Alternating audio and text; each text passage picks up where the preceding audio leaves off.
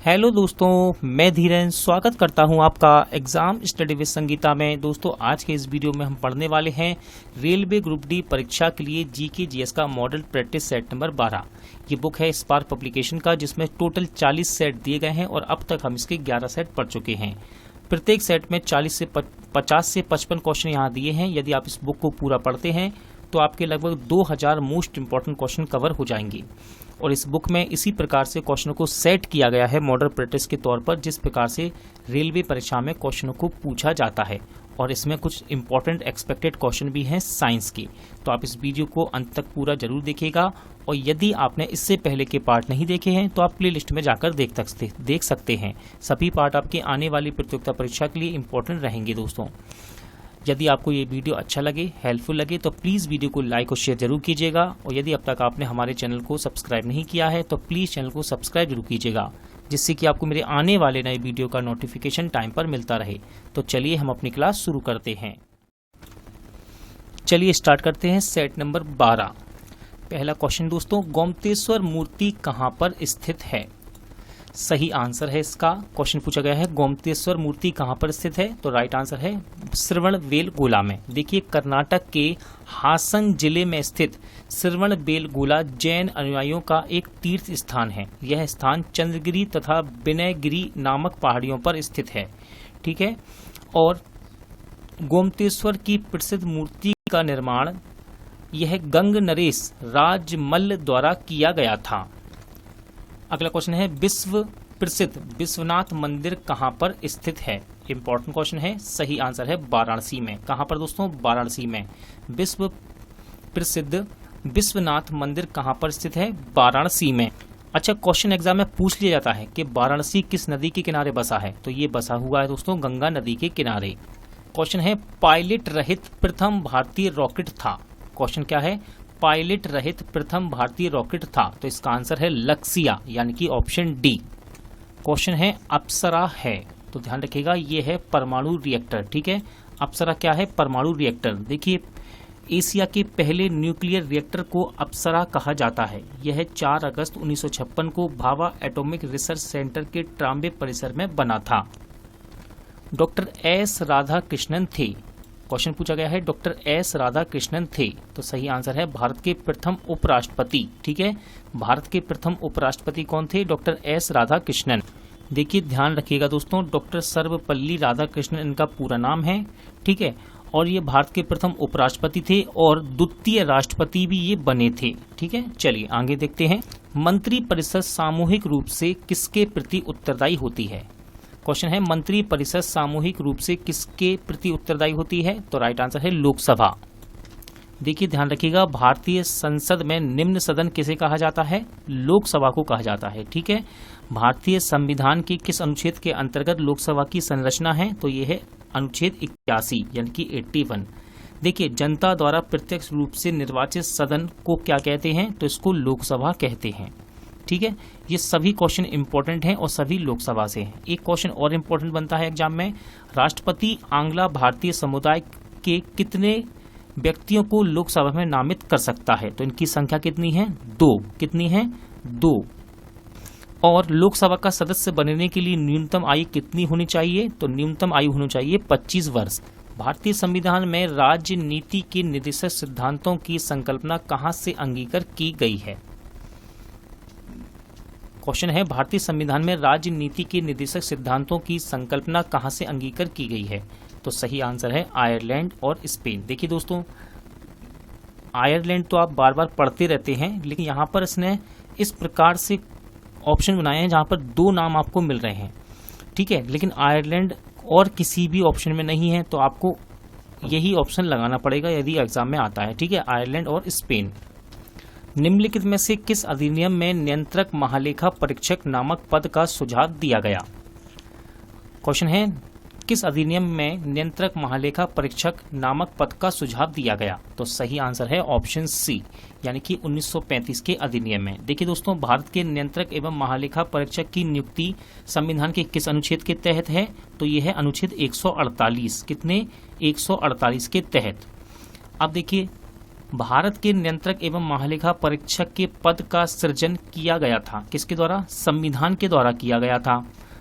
Question यहाँ से बनता है, भारत के नियंत्रक एवं महालेखा परीक्षक की नियुक्ति कौन करता है? तो नियंत्रक एवं महालेखा परीक्षक की नियुक्ति करता है राष्ट्रपति। कौन करता है? राष्ट्रपति। देखिए एक इंपॉर्टेंट क्वेश्चन और आता है यहाँ से, केंद्र सरकार के व्यय को नियंत्रित करने की शक्ति किसमें है? नियंत्रक एवं महालेखा परीक्षक में। भारत के सम परीक्षा एवं लेखा प्रणालियों का प्रधान कौन होता है? नियंत्रक महालेखा परीक्षक। वह पहला राज्य कौन सा है जिसने परिसीमन के अधीन मतदान कराया? क्वेश्चन है, वह पहला राज्य कौन सा है जिसने परिसीमन के अधीन मतदान कराया? राइट आंसर इसका ऑप्शन डी, यानी कि कर्नाटक राज्य।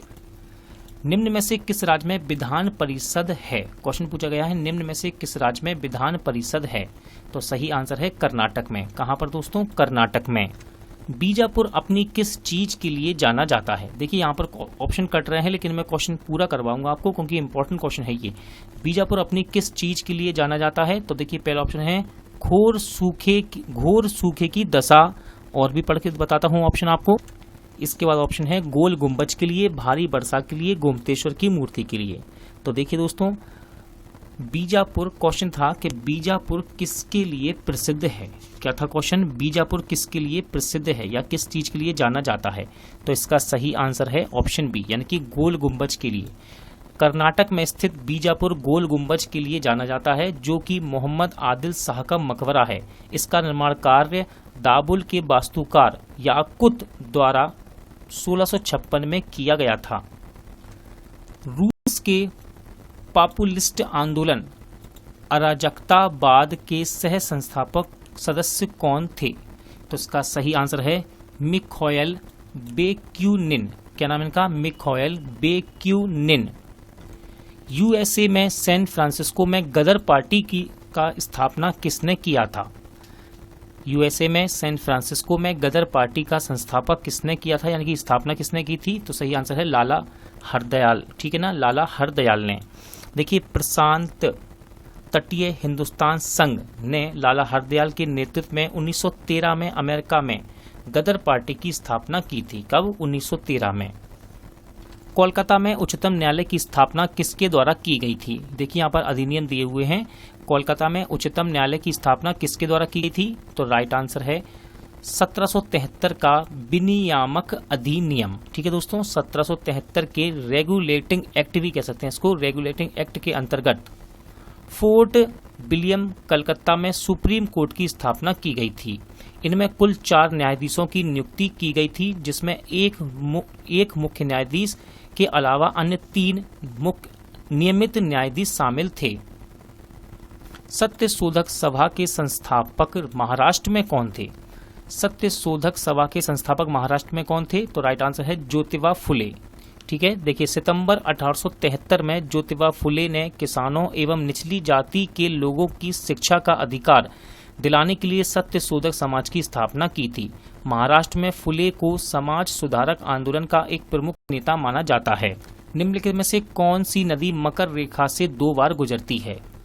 तो इसका नाम है, कौन सी नदी मकर रेखा से 2 बार गुजरती है? तो इसका नाम है लिम्पोपो, यानी कि ऑप्शन बी। देखिए लिम्पोपो नदी मकर रेखा से गुजरती है 2 बार। यह है नदी ट्रांसवाल से निकलती है और दक्षिण अफ्रीका, बोत्सवाना, मोजाम्बिक से होते हुए हिंद सागर में मिल जाती है।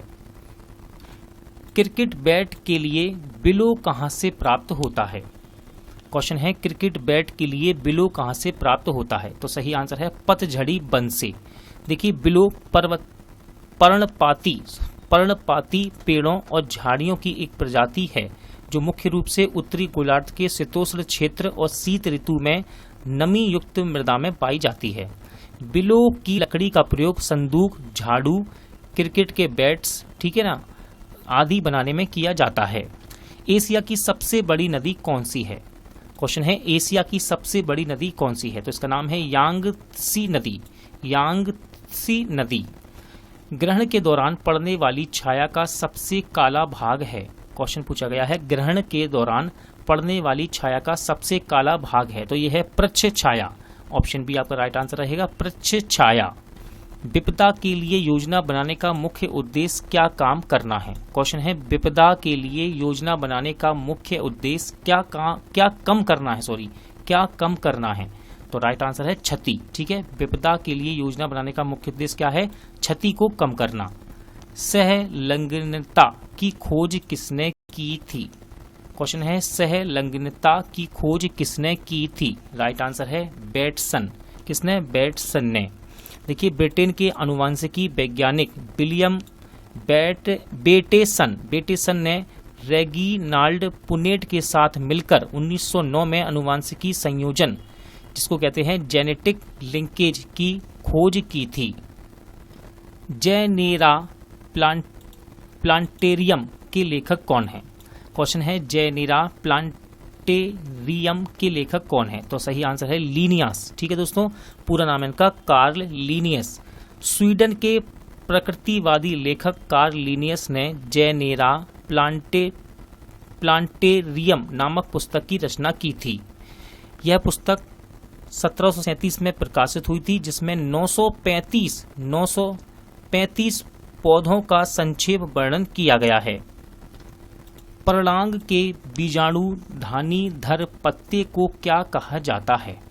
तो देखिए इसको कहते हैं बीजाणुधानी पुंज। क्या कहते हैं, बीजाणुधानी पुंज। साइकेस के प्रवाल मूल किस में सहायक होते हैं। क्वेश्चन है साइकेस के प्रवाल मूल किस में सहायक होते हैं। तो ये होते हैं जल अवशोषण और नाइट्रोजन स्थिरीकरण के लिए। किसके लिए, जल अवशोषण और नाइट्रोजन स्थिरीकरण के लिए। मॉस में जल का वाहन किसके द्वारा होता है। तो राइट आंसर इसका मॉस में जल का वाहन किसके द्वारा होता है। तो सही आंसर है ऑप्शन डी, यानी कि पेरिनाकाइमा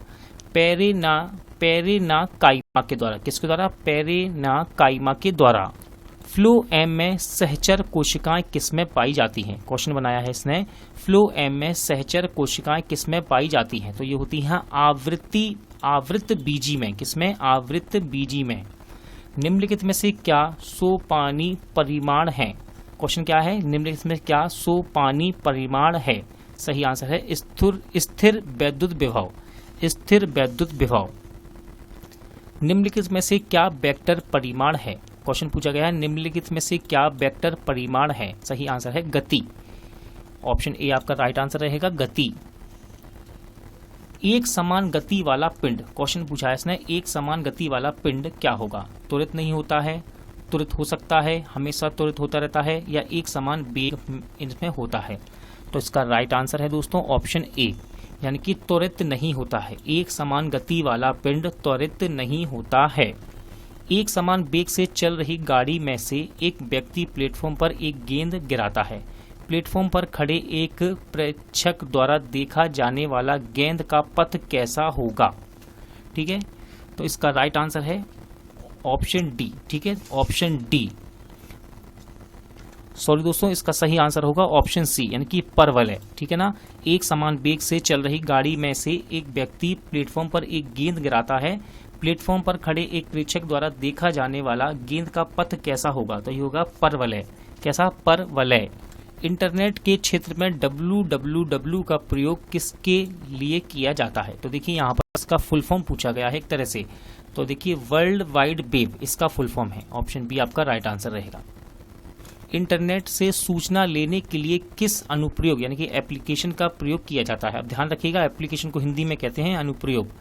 किस एप्लीकेशन का प्रयोग किया जाता है। तो राइट आंसर है वेब ब्राउजर। ठीक है, इंटरनेट से सूचना लेने के लिए किस एप्लीकेशन का प्रयोग करते हैं, वेब ब्राउजर। निम्नलिखित में से क्या जल की स्थायी कठोरता का कारण है। क्वेश्चन है निम्नलिखित में से क्या जल की स्थायी कठोरता का कारण है। तो यह है कैल्शियम सल्फेट। ऑप्शन सी आपका राइट आंसर हो जाएगा। निम्नलिखित में से कौन सा तत्व उत्कृष्ट गैस का उदाहरण है। क्वेश्चन पूछा गया है निम्नलिखित में से कौन सा तत्व उत्कृष्ट गैस का उदाहरण है। तो यह है हीलियम। क्या है दोस्तों इसका आंसर, हीलियम। देखिए उत्कृष्ट गैस का मतलब है नोबल गैस। नोबल गैस से तात्पर्य है 7 रासायनिक तत्वों से है। ठीक है, जो आवर्त सारणी के समूह में शामिल हैं। इन तत्वों में helium, neon, argon, krypton, xenon, radon आदि शामिल होते हैं। न्यूक्लियर रिएक्टरों में भारी जल का प्रयोग शीतलक के रूप में किया जाता है। भारी जल है तो देखिए इसका सही आंसर है ऑप्शन डी। भारी जल हाइड्रोजन के भारी आइसोटोप से युक्त जल होता है। क्या? हाइड्रोजन के भारी आइसोटोप से युक्त जल होता है। निम्नलिखित में से कौन सा तत्व प्रकृति में रेडियो एक्टिवता नहीं दर्शाता है? तो सही आंसर है दोस्तों इसका एल्यूमिनियम। ठीक है, ऑप्शन सी। एल्यूमिनियम एक ऐसा तत्व है जो कि प्रकृति में रेडियो एक्टिवता को नहीं दर्शाता है। वायुमंडलीय घटना के अध्ययन को क्या कहा जाता है? क्वेश्चन है वायुमंडलीय घटना के अध्ययन को क्या कहा जाता है? तो उसको कहते हैं मौसम विज्ञान। क्या कहते हैं? मौसम विज्ञान। जैव विविधता अभियान पर सम्मेलन का सचिवालय कहाँ पर स्थित है? क्वेश्चन है जैव विविधता अभियान पर सम्मेलन का सचिवालय कहाँ पर स्थित है? तो सही आंसर है ऑप्शन सी, मॉन्ट्रियल में। भूमध्य रेखा निम्नलिखित में से किस से होकर नहीं गुजरती है? क्वेश्चन पूछा गया है भूमध्य रेखा निम्नलिखित में किस देश से होकर नहीं गुजरती है? तो आंसर है मैक्सिको। क्या राइट आंसर हो जाएगा इसका? मैक्सिको। अधिकांश भूपर्टी किस सेल से बनी है? क्वेश्चन है अधिकांश भूपर्टी किस सेल से बनी है? तो राइट आंसर है आग्नेय चट्टान से। देखिए दोस्तों, आग्नेय चट्टानों का निर्माण मैग्मा के ठोस रूप में जम जाने के कारण होता है, जो आंशिक रूप से पिघली या गर्म पिघली हुई चट्टान के रूप में होते हैं। आग्नेय और कायांतरित चट्टानें पृथ्वी की 90 से 95% भूपर्टी की 16 किलोमीटर ऊपरी परत का निर्माण करती हैं। पर्यावरण की वह परत जो रेडियो तरंगों को परावर्तित करती है वह कौन सी है? तो सही आंसर है आयन मंडल। ठीक है, पर्यावरण की वह परत जो रेडियो तरंगों को परावर्तित करती है कौन सी है? तो यह है आयन मंडल। RMSA का तात्पर्य क्या है? क्वेश्चन है RMSA का तात्पर्य क्या है? तो इसका फुल फॉर्म है दोस्तों राष्ट्रीय माध्यमिक शिक्षा अभियान। ठीक है, RMSA का फुल फॉर्म क्या है? राष्ट्रीय माध्यमिक शिक्षा अभियान। यह अभियान मानव संसाधन विकास मंत्रालय द्वारा 2009 में आरंभ किया गया था। अब ध्यान रखिएगा, मानव संसाधन विकास मंत्रालय का नाम बदलकर अब शिक्षा मंत्रालय कर दिया गया है। बास्केटबॉल टीम में कितने खिलाड़ी होते हैं? क्वेश्चन है बास्केटबॉल टीम में कितने खिलाड़ी होते हैं? तो देखिए बास्केटबॉल टीम में होते हैं 5 खिलाड़ी। कितने? 5। राजनीति और नीतियों से व्युत्पन्न इंद्रधनुषी गठबंधन शब्द किसने दिया था? क्वेश्चन है राजनीति और नीतियों से व्युत्पन्न इंद्रधनुषी गठबंधन शब्द किसने दिया था? तो सही आंसर है प्रणब मुखर्जी ने। किसने? प्रणब मुखर्जी। प्रतिमापरक व्यक्तित्व अमृत शेरगिल का जन्म स्थान है। तो आपसे पूछा गया है अमृत शेरगिल का स्थान क्या है? तो इनका जन्म स्थान है हंगरी, यानी कि ऑप्शन ए आपका राइट आंसर है।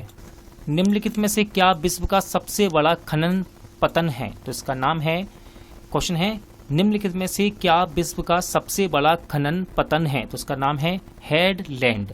हेडलैंड। अगला क्वेश्चन है निम्नलिखित नगरों में से मरुस्थल देश माली की राजधानी कौन सी है?